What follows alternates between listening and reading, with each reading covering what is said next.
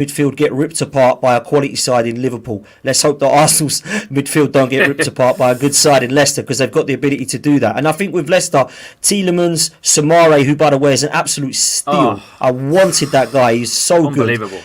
You know, Ndidi and obviously James Maddison. They've got some serious players there, Kev, that can really hurt us. So we need to come out strong. Yeah, look, I'll go to Chappie on this one. Me personally, I think Ndidi is he's the platform. Yeah. He really sets the platform. He's been there. He knows Tielemans. He knows Maddison, and they trust him. Soumaré's coming in. I think he's a good player. I think he's very good, but he's not quite there yet, in my opinion. What's your thoughts on that, Chappie? Yeah, he's not the same player. He's not a like for like, not a like for like player, to be honest with you. If you were going to have a rotation play for Ndidi, it would be Hamza Chowdhury, who probably does what Ndidi does, but more of a reckless Ndidi, to be honest with you. Hamza can get booked quite easily. Yeah, but I like him, actually. He's an old school tackler of the game. He'll go right through the player and take the ball Sunday League style. But, a lot of Liverpool fans weren't keen when he took out Salah, put it that way.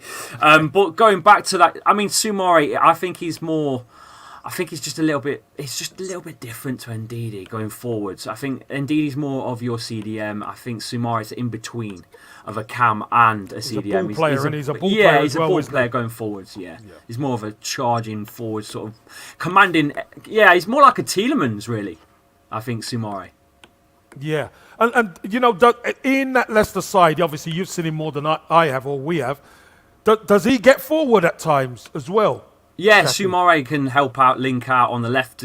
Sometimes he's there on the right. He's all over the place, actually. He's a beast, mate. Soumaré's a beast. He's an absolute beast. He's everywhere.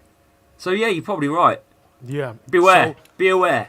No, listen, I as I say, I like him as a player, for sure. I just think having that safe platform player, solid in the midfield, it kind of allows Tielemans and Maddison to really get on with their job of opening doors.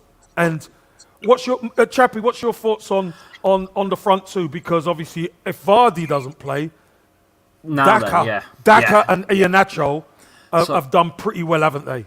So Leicester was linked to Edouard for quite some time because of the Rodgers and Celtic, relationship with Edouard. Yeah. And obviously he went Palace, and I was like, why? Why did we not go for him? But then when you think about it, Vardy's nearly 35. Yeah. Leicester have been playing off the run, off the shoulder, through balls, all that kind of style of play for years around Jamie Vardy. Instead of changing the whole system up and getting someone new in, they've got someone new in that plays like Vardy, because Daka is like a Jamie Vardy. End of discussion. Unbelievable talent. I can't believe we picked him up. Liverpool were interested in him at one point. Daka, he's come to us, and my word, 4 goals. 4 goals the other night. Yeah, fastest hat trick in Europa League, by the way. 9 minutes. I think he got a hat trick in inside 9 minutes. Yeah. He's had. I think he's had 5 goals in like 90 minutes of football before last night's game in the cup. Mm-hmm. Unbelievable. Yeah, he's done really well.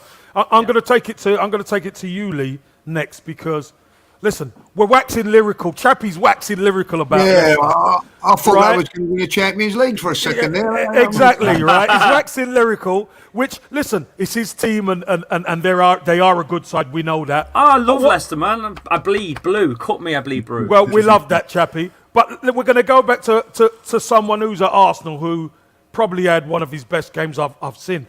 ESR, Emile Smith-Rowe.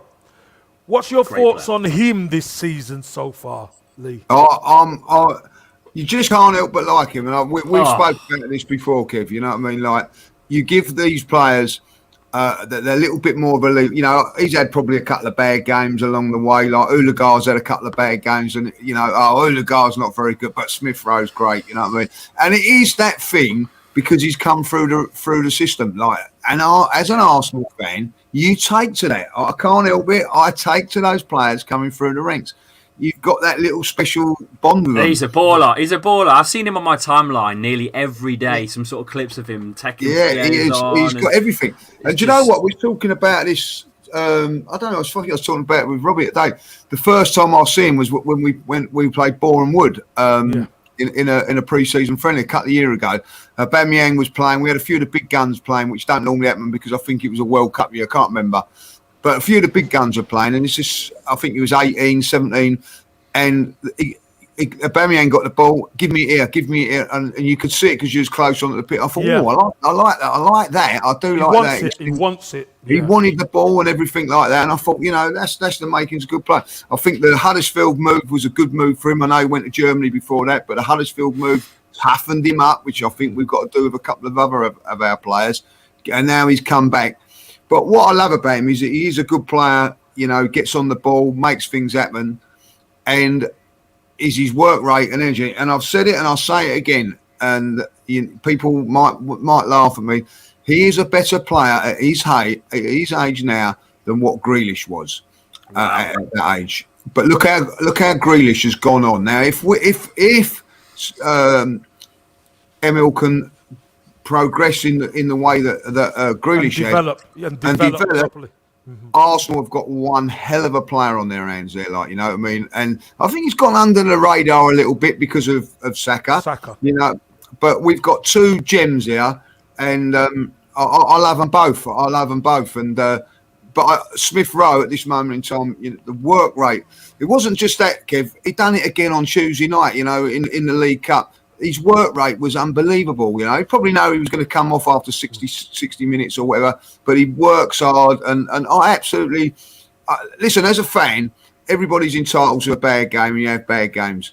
But the one thing you ask for is work rate and effort. Graft. Yeah. It's a give me. He does that.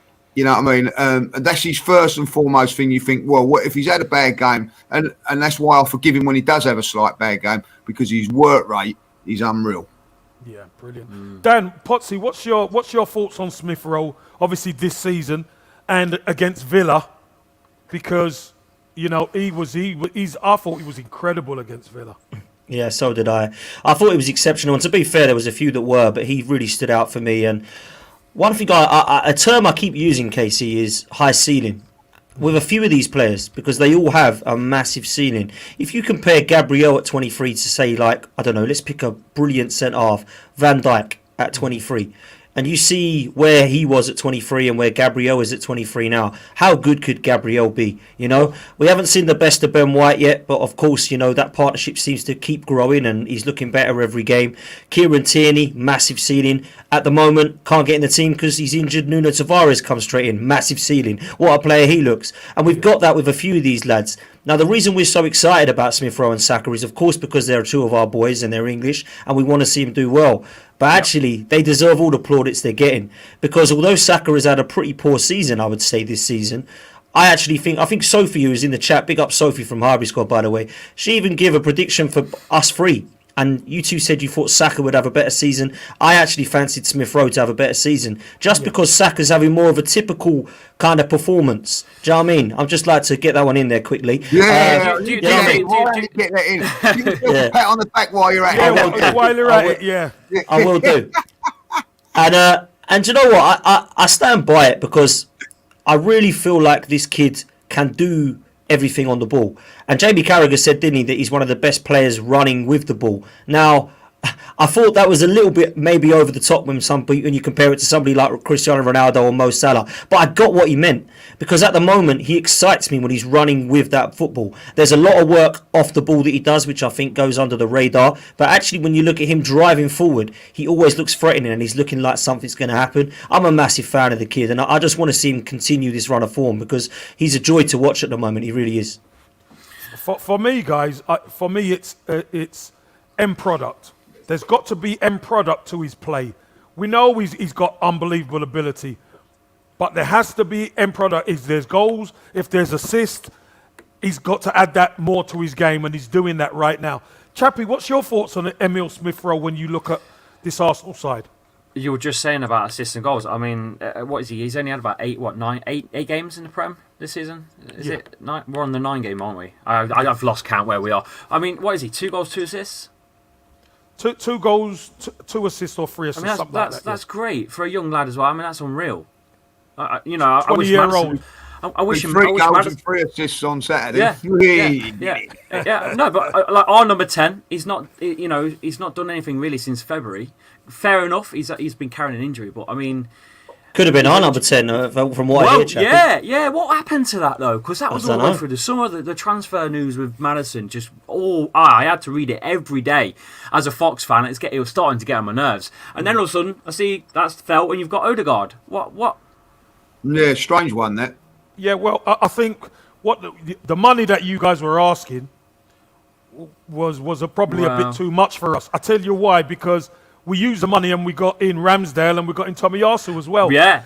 So when and the you think Ramsdale one, about, we questioned. Yeah, we all questioned the Ramsdale one. Listen, Chappie, He's been questioned. banging. A lot of the Arsenal fans didn't want him. He's banging. Absolutely brilliant. And he's a really good keeper. So Leno you know, who? Yeah, ESR is a quality player. Chappie, I want to ask you this about this Leicester side. I know you're a bit worried about things at the back, obviously, because you know shipping goals, but you're winning games now. Yes. What would be your starting lineup for you for can the stick game it. on Saturday? So I've already you've made got one. a, I've already made one for you. See, I come prepared. You've got a graphic. Love that. Love it. Look at that. Look at There you that. go. So I can prepare, boys. This is how you do this. I think we're going to go with Schmeichel in goal. Obviously, Danny Ward had a cracking game last night in the cup, but Schmeichel Casper is our number one. End of discussion. Do you rate Casper, guys? Yes. Yeah, Yes. very good. much Nice so. lad. Good keeper. Yep. Very much so. Back three, I'd go with Sunchu Evans if he's okay, because that foot's still giving him some jip. Unfortunately, we've got no Fofana, so Daniel Amate, who's still got Ronaldo in his back pocket somewhere.